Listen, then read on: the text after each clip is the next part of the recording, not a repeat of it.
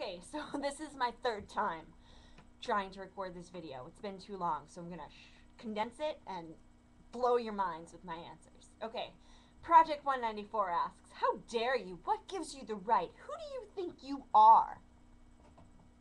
Obvious answer. Moving on. Trixie Firecracker. Again, not gonna say that. Just not gonna say it. I'm from Boston. Or I'm not gonna say it.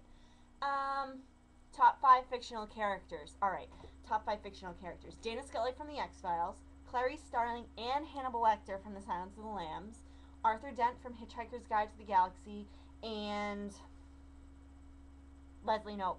I think she's brilliant. There's nothing more to say. Top 3 best worst songs that I love. Don't Turn Out the Lights, New Kids on the Block, / Backstreet Boys. It's fantastic. Last Friday Night by Katy Perry.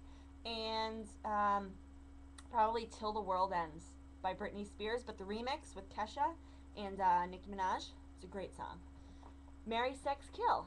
Benedict Cumberbatch, Adam Scott, Christopher Maloney. Kill Christopher Maloney because I'm sort of done with him, and he's on True Blood now. What? I don't even know. Sex with Adam Scott because he's married and like it would be messy, but I don't want to come between him and his wife because she's kind of great. And obviously marry Benedict Cumberbatch because he's adorable and lovely and British and, you know, come on. Fairy Tiger wants me to pitch a TV pilot starring anyone I want about whatever I want. Okay.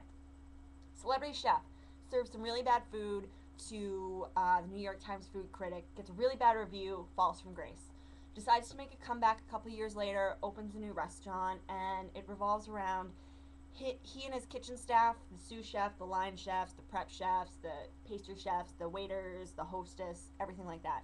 It would be on HBO or Starz. It would be a half-hour comedy, and Steve Guttenberg would star as the chef. First day of school ever, and what I remember about it, I remember all of the kids in my neighborhood getting together in my backyard, and us taking pictures and in our cute little stirrup pants and our awful early 90s clothes, and had a Little Mermaid lunchbox that I switched off between the Little Mermaid lunchbox and the Beetlejuice the cartoon lunchbox. So I was like a pretty cool kid. And I remember my mother crying, and I remember 2 days later being out at recess in the schoolyard and a girl pushing me down and breaking my nose. So kindergarten was great. What would be the name of my uber chic fashion line? I would name my uber chic fashion line Blanche after my grandmother because she was awesome. She rocks some sweet faux fur coats, and I've actually taken to going through a lot of her old clothes now that she's passed and wearing them myself, and they're fantastic. So I would name it Blanche. What would I change about myself? Anonymous asks.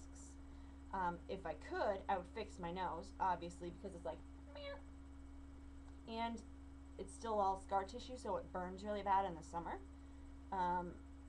Personality-wise, if I could change anything, I would become more patient. I have no patience for anybody.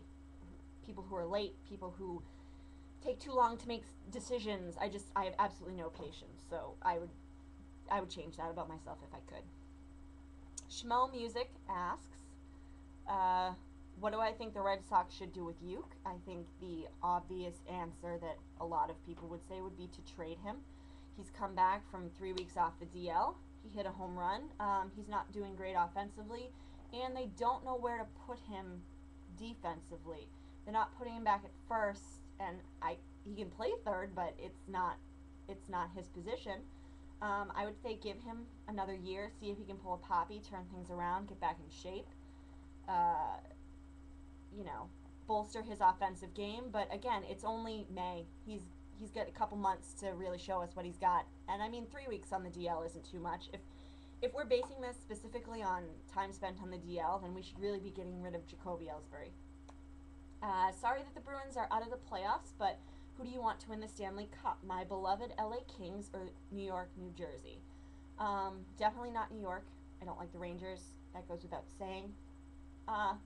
New Jersey just hasn't been playing well as they should be, and if we're going by if we're going by who's playing really well, I mean, it's obviously the Kings. They won no Stanley Cups. They come back from the 8th seed. You know, you've got all these power. What's his name? The 22-year-old who keeps scoring ridiculous goals. Doesn't even make sense. But I mean, to come back from 8th seed to the Stanley Cup Finals is pretty impressive. And I think it would be nice if LA had a cup. I think it would do a lot to bolster interest in hockey in the West. So, the Kings, go Kings. It's for Pictures asks, what's my favorite fandom to write and what's my favorite fandom to read? To write, it's definitely SVU. Writing SVU is incredibly organic for me. It's very natural. I never have to stop and think or outline anything. The angst, I feed off that angst, and it just comes to me, and it's easy. It's the easiest fandom for me to write.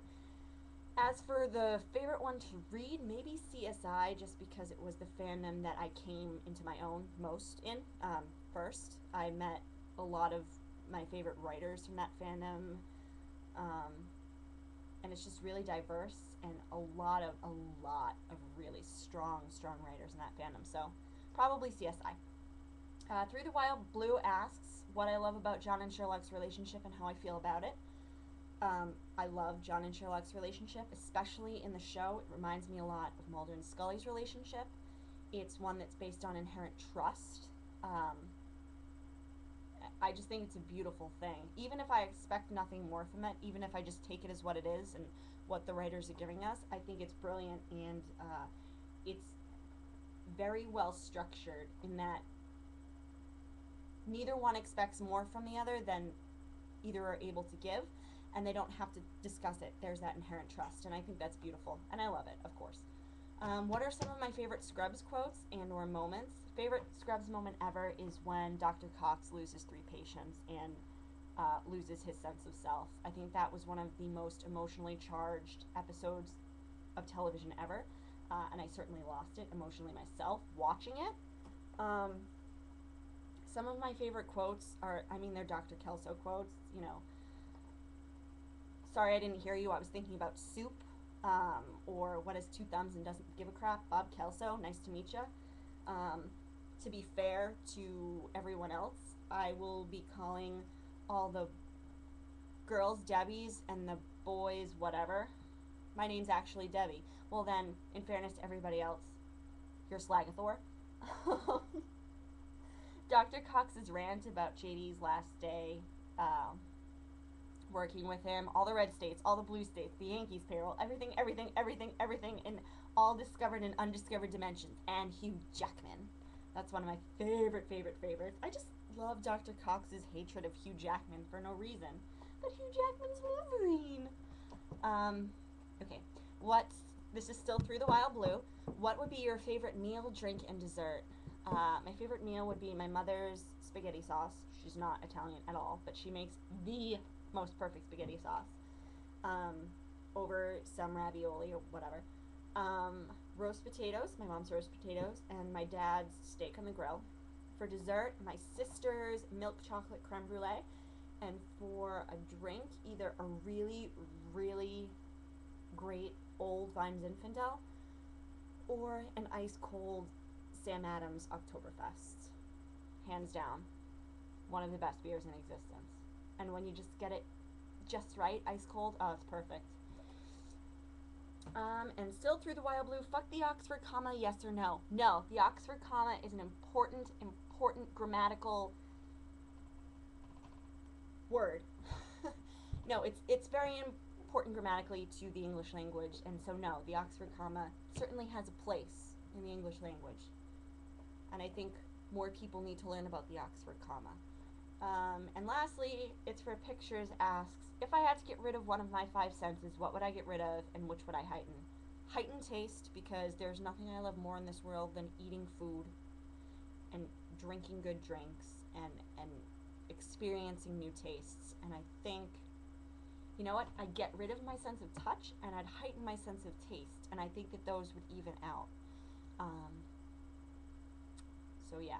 That's the last question, and between my inabilities to record a short video and actually get my computer to work, this has eaten up a pretty good chunk of my morning, so thank you guys for the questions.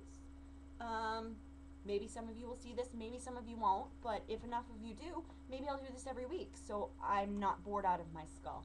I hope you all have a fabulous long weekend if you're in the States, and if not, I hope you have a fabulous regular weekend. And thanks for listening. Thank you for submitting your questions, and have a lovely day.